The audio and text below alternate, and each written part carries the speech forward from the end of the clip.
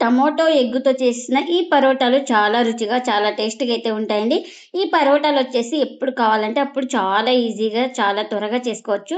అంత టేస్టీగా అయితే ఉంటాయి. ఈ పరోటాలొచ్చేసి ఇంట్లో వాళ్ళందరికీ నచ్చుతుంది. అంత టేస్టీగా అయితే ఉంటాయి.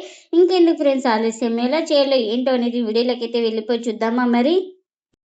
ముందుగా స్టవ్ అయితే ఆన్ చేసుకొని ఇలాంటి స్టీల్ గిన్నె అయితే పెట్టుకొని అందులోకి ఒక గ్లాస్ వాటర్ అయితే వేసుకోవాలి. మనకు ఈ వాటర్ అయితే బాగా బాయిల్ అవ్వాలి. ఇంకా మనకు చూడండి వాటర్ అయితే బాయిల్ అవుతుంది కదా. ఇప్పుడు ఇందులోకి శుభ్రంగా వాష్ చేసుకొని ఒక 2 టమాటాలు అయితే వేసుకోవాలి. మనకు స్కిన్ సపరేట్ అయ్యే వరకు అయితే ఉడికించుకోవాలి సాఫ్ట్గా. ఇంకా చూడండి మనకు స్కిన్ అయితే సపరేట్ అయింది కదా, ఇలా మెత్తగా అయ్యే వరకు అయితే ఉడికించుకోవాలి. ఇంకా స్టవ్ అయితే ఆఫ్ చేసుకొని పూర్తిగా చల్లారనివ్వాలి. ఇంక ఇప్పుడు చల్లారిన తర్వాత అయితే ఇంకా పైన ఇలా స్కిన్ అయితే తీసేసుకోవాలి.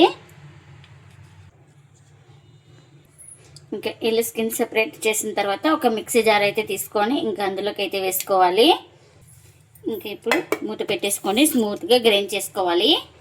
ఇంకా ఒక మిక్సింగ్ బౌల్ అయితే తీసుకొని ఇలాంటి మన ఇంట్లో టీ ఉడబోసేది అయితే ఉంటుంది కదా, ఇలాంటి స్ట్రైనర్ అయితే తీసుకొని ఇంకా ఇందులోకి అయితే వేసుకోవాలి.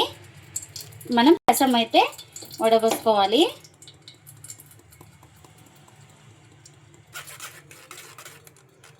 చూడండి ఇలా మొత్తం వడబోసుకున్నాను కదా, ఈ పిప్పిటి అయితే ఇంకా పాడేసుకోవాలి. ఇంకా ఇప్పుడు ఇందులోకి 1 కప్పు పిండిని అయితే వేస్తున్నాను. మీరు ఇక్కడ గోధుమ పిండి కానీ మైదా కానీ ఏదైనా యూజ్ చేసుకోవచ్చు. ఇంకా అలాగే ఇందులోకి కొంచెం సాల్ట్ అయితే వేస్తున్నా. ఈ సాల్ట్ వేసుకొని మొత్తం ఇలా బాగా కలిపేసుకోవాలి. మనకు చపాతీ పిండి ముద్ద ఎలా ఉంటుందో అలా వచ్చే వరకు అయితే బాగా కలుపుకోవాలి. నేను తీసుకున్న క్వాంటిటీకి కరెక్ట్ అయితే మనకు పట్టింది. మీరు కావాలంటే కొంచెం తక్కువ అనిపిస్తే కాస్త వాటర్ కూడా వేసుకోవచ్చు. చూడండి ఇలా సాఫ్ట్గా పిండిని అయితే బాగా కలుపుకోవాలి, ఇలా ముద్దలాగా వచ్చే వరకు అయితే. ఇంకా ఇప్పుడు కొంచెం ఆయిల్ అయితే వేసుకోవాలి. ఇంకా ఇలా ఆయిల్ వేసుకొని మొత్తం ఇలా ఒకసారి బాగా కలుపుకోవాలి. ఇంకా ఇలా మొత్తం బాగా కలుపుకొని ఇంకా ఒక ప్లేట్ అయితే పెట్టేసుకొని ఒక 10 నిమిషాలు పక్కన పెట్టుకుంటే మనకు పిండి అనేది సాఫ్ట్గా నానుతుంది. ఇంక ఇప్పుడు ఒక 10 నిమిషాల తర్వాత అయితే చూపిస్తున్నాను చూడండి. ఇంకా మనకు పిండి కూడా సాఫ్ట్గా నానింది కదా.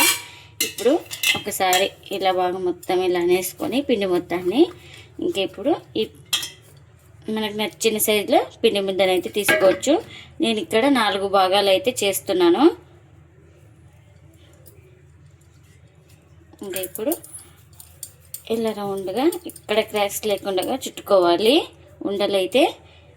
ఇప్పుడు ఇలా పక్కన పెట్టేసుకోవాలి, ఇలానే చుట్టేసుకోవాలి. ఇంకా మనం ఇలా మ్యాట్కి ఆయిల్ అయితే అప్లై చేసుకోవాలి. కాస్త ఇలా అప్లై చేసుకున్నాక ఒక పిండి ముద్దనైతే తీసుకోవాలి. ఇంకా ఇప్పుడు వీలైనంత పల్చాగా రుద్దుకోవాలి. పల్చాగా రుద్దుకున్న తర్వాత ఇప్పుడు ఇలా కాస్త ఆయిల్ అయితే అప్లై చేసుకోవాలి. మొత్తం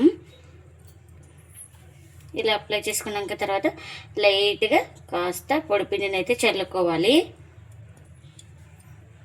ఇంకా నేను ఇక్కడ చూపిస్తున్నాను చూడండి, ఇలా ఫోల్డింగ్ అయితే చేసుకోండి. ఇలా మధ్యలోకి అయితే వేసుకోవాలి. ఇంకా ఈ సైడ్ కూడా ఇలా మధ్యలోకి అయితే వేసుకోవాలి.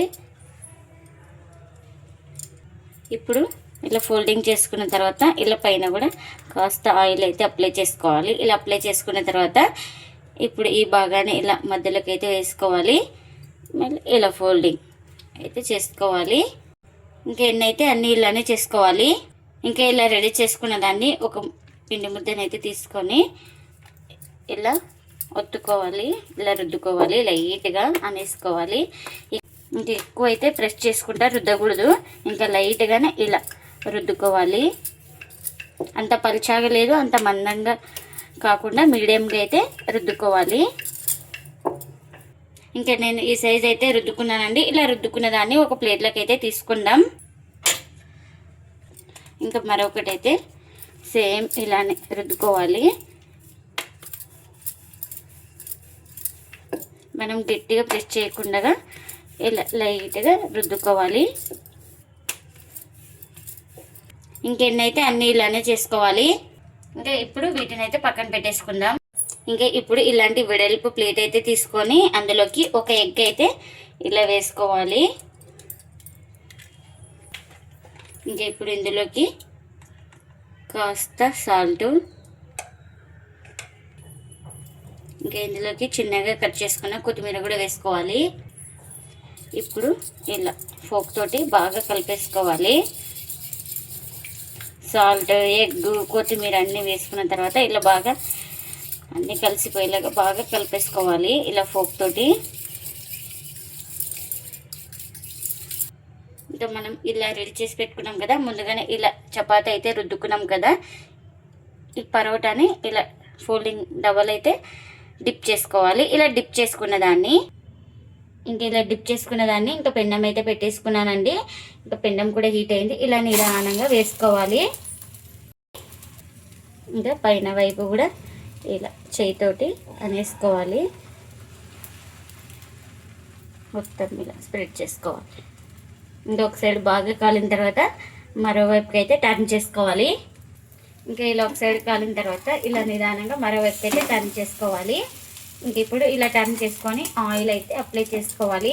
మీరు ఆయిల్ ఇష్టం లేకుంటే ఆయిల్ ప్లేస్లో ఏదైనా అప్లై చేసుకోవచ్చు, బటర్ కానీ గీ కానీ. ఇలా ఆయిల్ అప్లై చేసుకొని ఇలా ప్రెస్ చేస్తూ మనం బాగా కాల్చుకోవాలి. ఇంకా చూడండి పరోటా ఎలా పొంగుతుందో. మనం ఈ సైడ్ కూడా కాస్త ఆయిల్ వేసుకొని బాగా ప్రెస్ చేసుకుంటూ కాల్చుకోవాలి. చూడండి మనకు పరోటా అనేది ఎలా పొంగుతుందో, బాగా పొంగుతూ వస్తాయండి. చూడండి ఎలా పొంగుతుందో పూరీలాగా.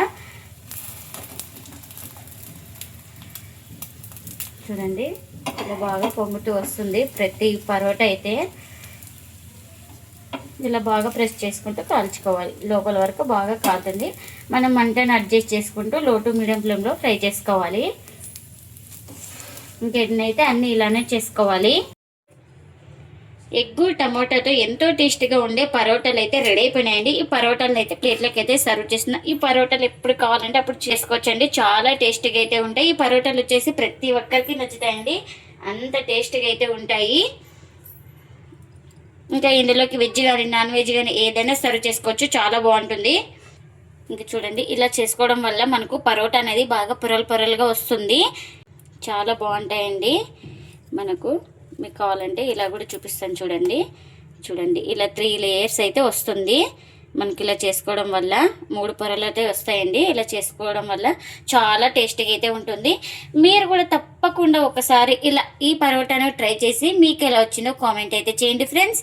ఇదండి ఇవాల్టి వీడియో. ఈ వీడియో కనుక నచ్చితే ప్లీజ్ లైక్ చేయండి, షేర్ చేయండి, కామెంట్ చేయండి. అలాగే లైక్ చేసి సపోర్ట్ చేయండి friends. Thanks for watching. Bye bye.